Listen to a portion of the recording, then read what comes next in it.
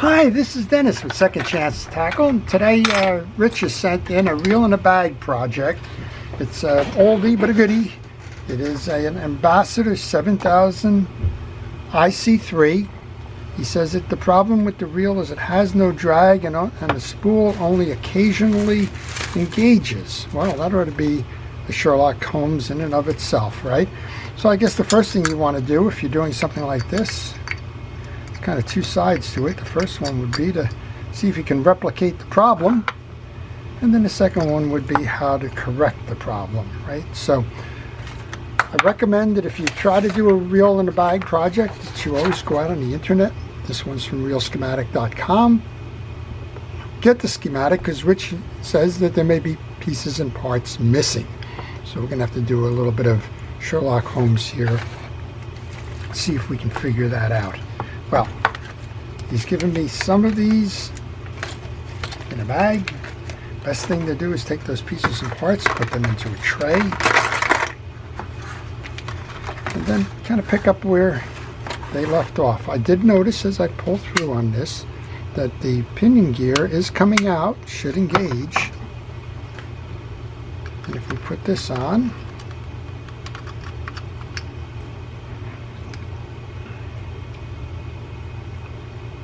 with that engaged, we should see this turn. Well, we cover an awful lot of wonderful things on this channel. One of them is obviously trying to do some investigation in terms of why reels fail. And in this case, well, we're looking at the issues here that are regarding a reel that doesn't engage, but it does. So it's probably in the drag system here. So let's take this apart further. Let's go underneath the covers, see what we can find, and where that's going to take us. He's got a brake on this system on the other side here, I noticed, on the spool. So we may have to go back and see where that belongs. But I'm more concerned right now about the actual drag washers and the like.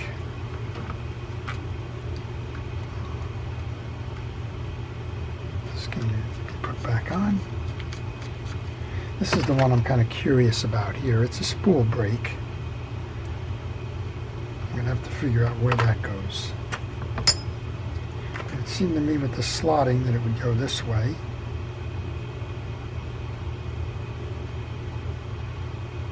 And maybe that's part of it right there.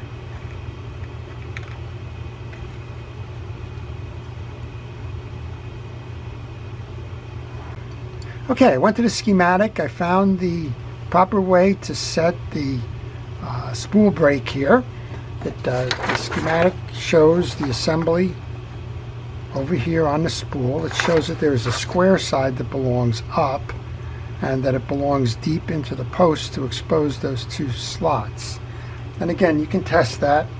Put this in like we did before with that spool brake on. Bring your case over.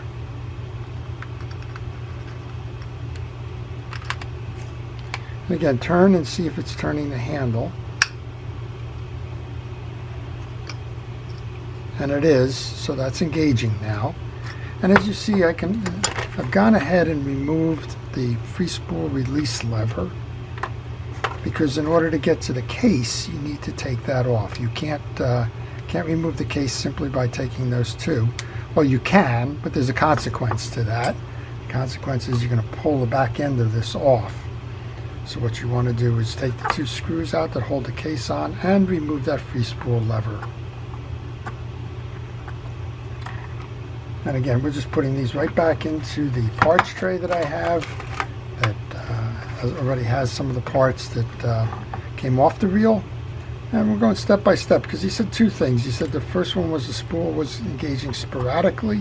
That may be that brake was either not installed all the way, or it could have been that it was installed upside down. In either case, it's a little bit problematic. And well, this should push through here. And we're off on that, but we'll show you how to put that back on. Let's check the inside of the case. The inside of the case is something of a mess here. So let's clean this up. And he said that when he got it, it wasn't working. So I'm not quite sure where he got it from or any of the particulars behind it, other than to say that I agree with him.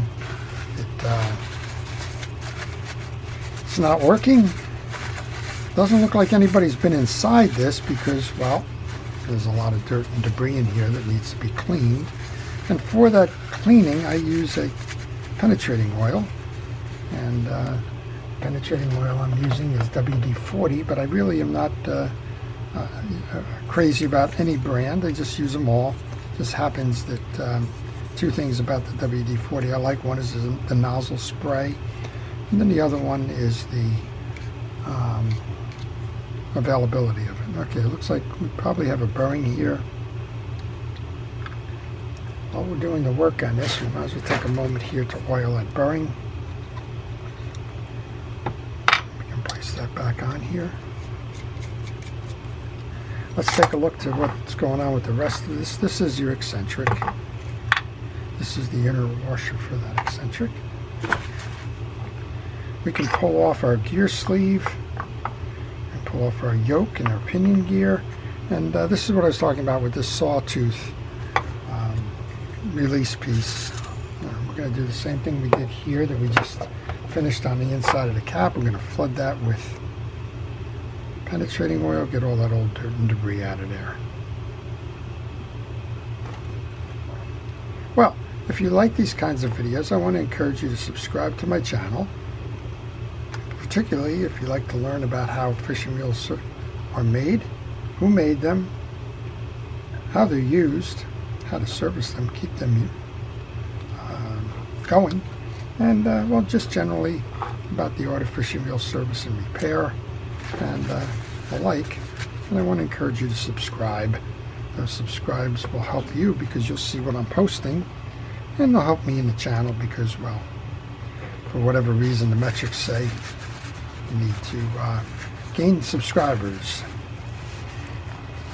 If you find it sticking, turn it over, pull, kind of work it out this way using that thing. Gear is a little bit of a grabber. There we go. And this is your inner section. So let's take a look at this assembly. The assembly has got the gear sleeve. It's got an anti-reverse dog, which is a backup. This has a, I believe this has a anti-reverse clutch on it.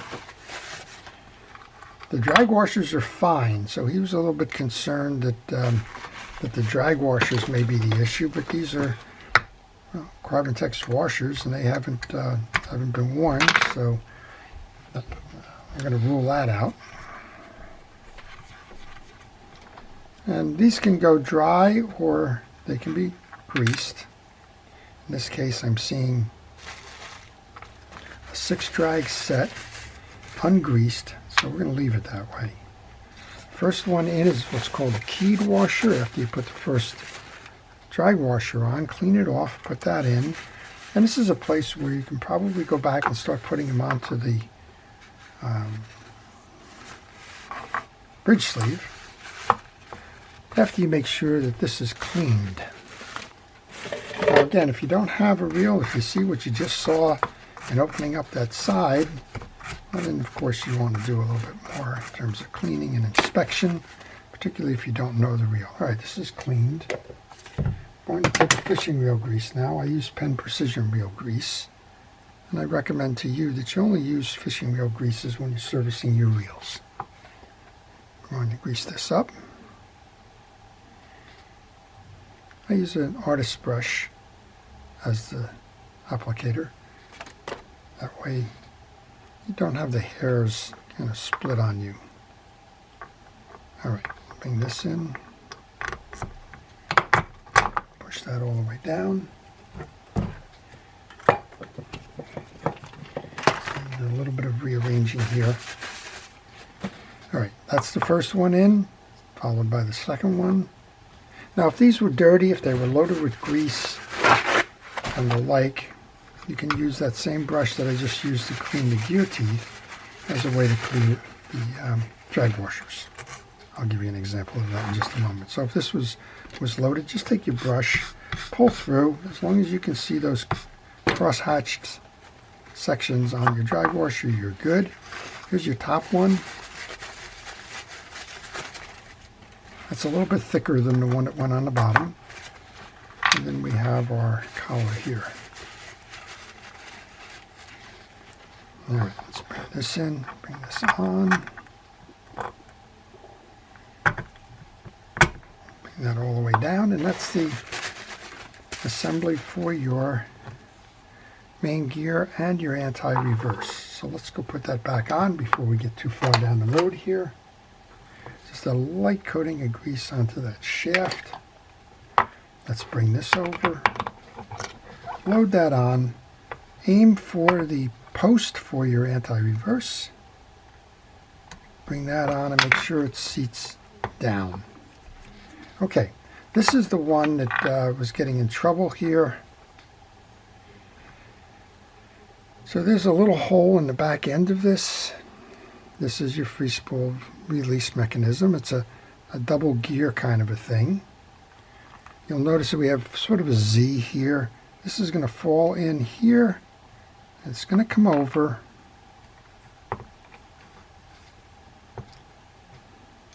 And you're aiming for two things. I probably should have done that before I pulled this off. This hole belongs on this post here. And the small hole is where that spring goes. And to me, you can only put it in one way. You got to put that little wrinkle in there. And you want to bring this over and align that post there.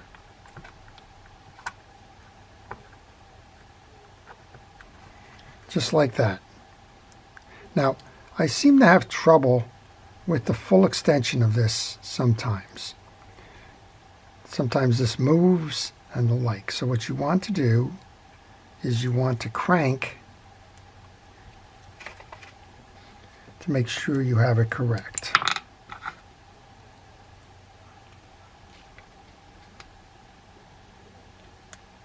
And we don't. You can see we've lost the carrier. The carrier can be moved. I'll pull that off again, or at least up, out of the way. And to me, I never got it quite right. I've worked on enough of these, but never got it quite right.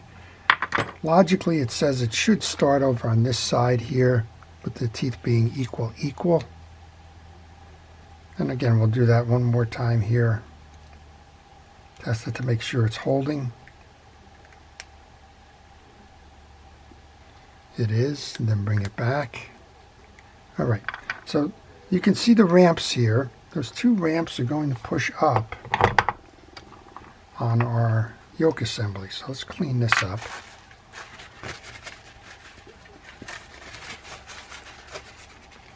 A little bit of dirt on the back. So much of real repair is just inspecting and cleaning and re-lubricating.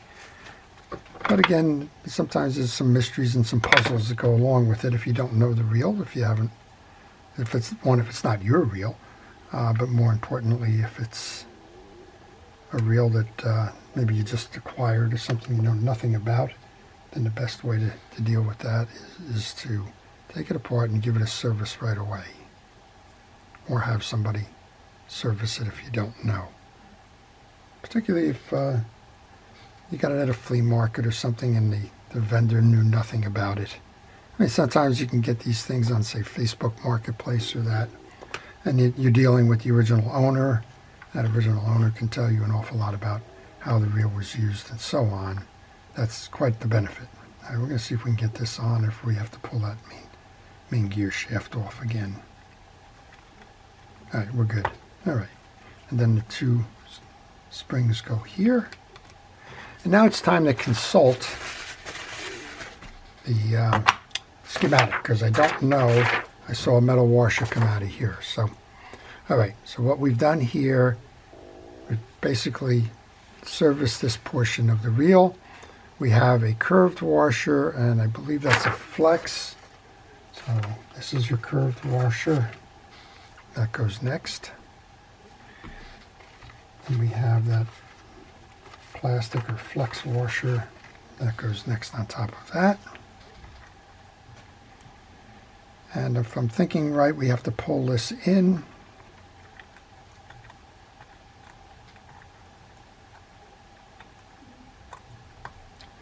And grab that and pull that in so that we get that for case clearance. And then I think we got what it is. So, Rich, your reel's not missing anything on the inside that I can see. I really think it's that issue that we had with that little brake there, the spool brake, not working properly. All right, this is an instant anti-reverse clutch. Just going to clean it up. Don't use any sprays or oils in there. It becomes problematic. Let's bring this over. Got a couple of things we're aiming for. The two biggest things that we're aiming for are making sure we have the clearance on that free spool release, making sure that we have the pieces here. Next, you want to take the two cover screws. That's the best way to do that. This cover screw's lost its little piece of plastic, the sealer. I didn't think I could do that. I didn't think I had the dexterity to do that there, but I did. You want to get that started so that you can stop using your hand as a vise.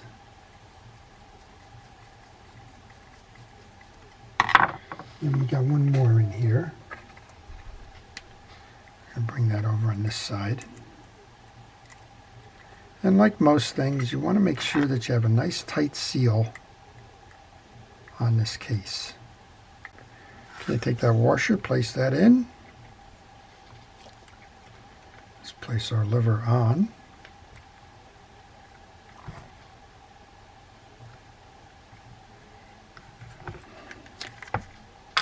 We're not quite tightened down here.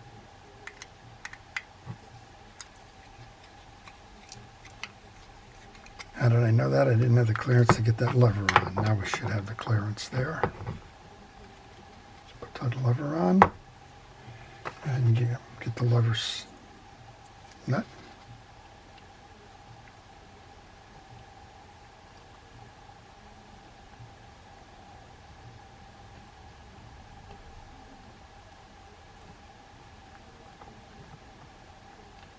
So this one differs from most of these Ambassadors in that it has the swing lever as opposed to the buttons. This has got to come down more. This was the same issue coming in. You're fighting a couple of things with this. You got that spring underneath. And a couple of the other things that are just kind of making it a little difficult to get it. But with a little patience and knowing what you're doing, you'll get it right. Again, 9mm nut. Okay, it's important to check to make sure that this is extended now and that when you flip your lever, it recedes to allow the free spool. So that's doing what it should. Let's make sure that it's tripping. I don't think I have the hand strength for that. Let's use the handle. Yep, it's firing back. So I think we have the internal structure of this done. And the only pieces and parts that are left now are the tension washers for that drag system. Again, we checked that drag system out. That appears to be okay. So on top of your ferrule, you get 3 of these small tension washers. First one I put belly up. Second one goes belly down. This one's for the handle. I don't see a third washer there. We'll see if that becomes problematic to that. Next up then, we would put the star adjuster on.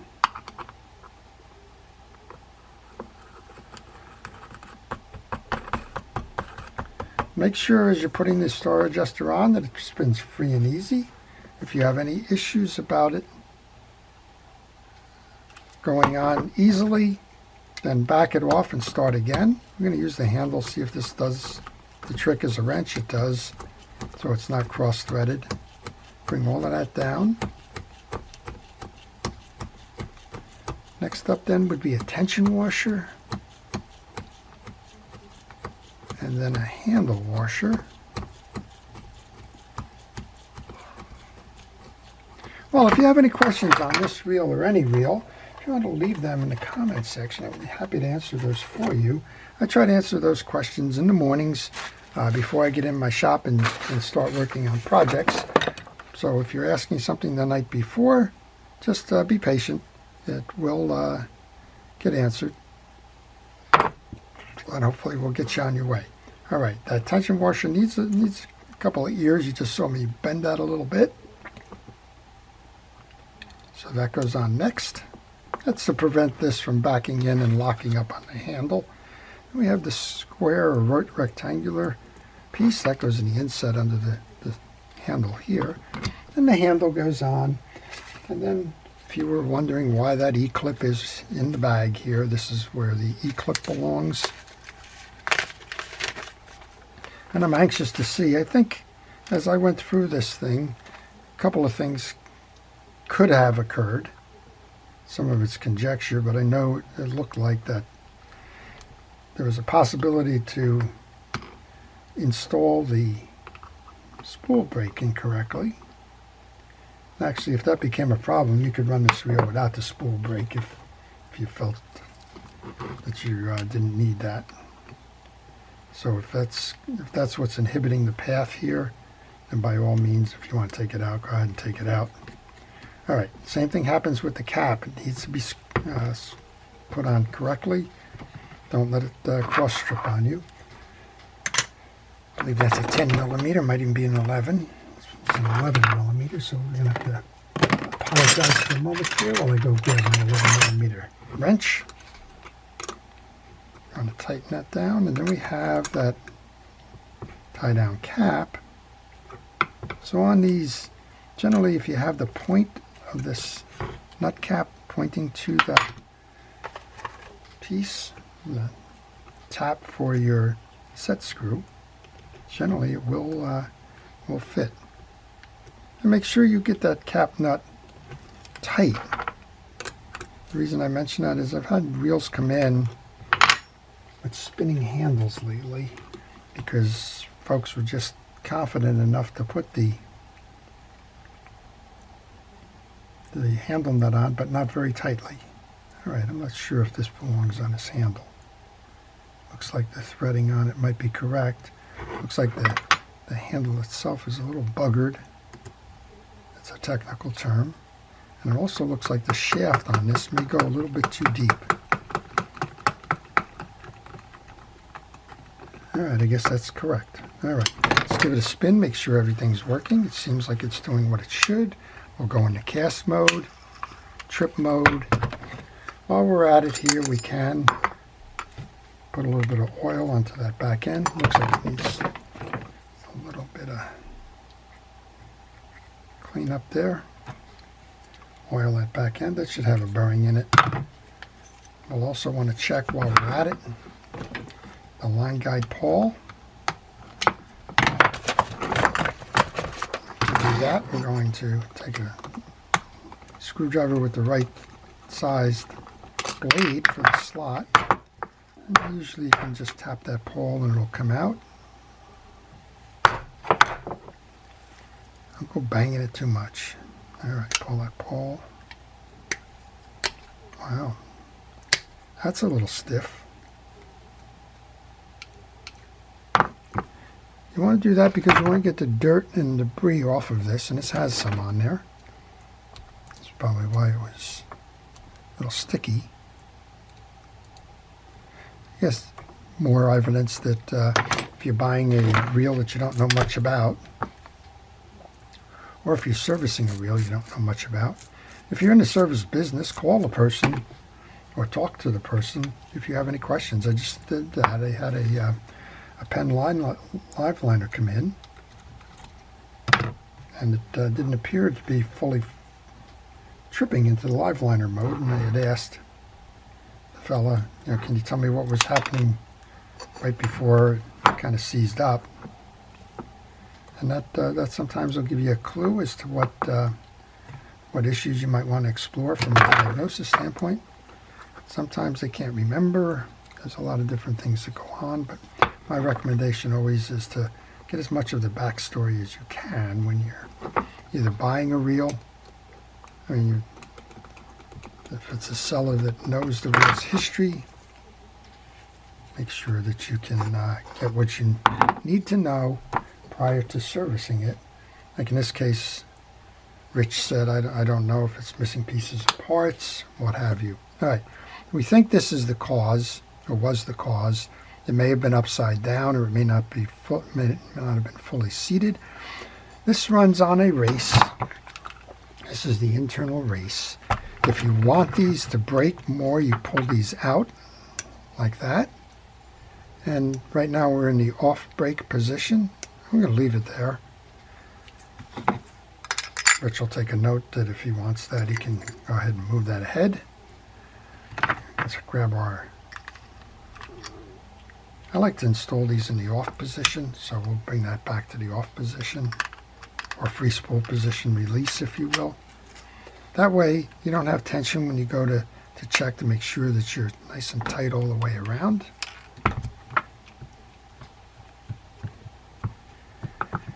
I like to start these by hand and tighten them as much as I can. That way I'm assured that it's not cross-stripping. And then we can tighten that last turn or two with the screwdriver. Once you're satisfied that you have equal distribution of the tension, you can go ahead and bring these down. And we are in free spool, so the first test we will do is we're going to make sure that the spool is spinning. All right, we're in free spool pull, and we have a freely spinning spool. I'm gauging here, both sides seem to be pretty even. This is the older model that has the two-side adjusters. If you want to get more from free spool, you can release a little bit. That'll spin it more. You want the ultimate in speed, go put hybrid ceramic ball bearings in this one. All right, we're good there. Let's strip it back. We're good there. Did see the spool turn. That's encouraging. So let's see what we have. We have a turning spool. We have our line guide moving. Let's see if we have that drag. Oh, we have a nice tight drag there. And do that a couple of times because he did say occasionally it wasn't engaging. I think we've got it. So my guess on this one, you don't need to do that. That's an automatic trip. My guess on this one was that it had to do with the brake on the spool, and we weren't missing any pieces. Well, I hope you've enjoyed that. Before I leave, I want to thank our first responders, our police, fire, safety, rescue, everybody involved in keeping us out of harm's way. Truly appreciate what it is you do day in and day out. I want to thank you for watching. I want to encourage you to service your own reels. And well, if you have a friend that needs his reel serviced or her reel serviced, go ahead and service those too. It's a great way to learn about fishing reels, and it's a great way to make sure that you have worry-free fishing as you're out there on the water. This is Dennis with Second Chance Tackle, wishing everybody a great day. Thanks for watching.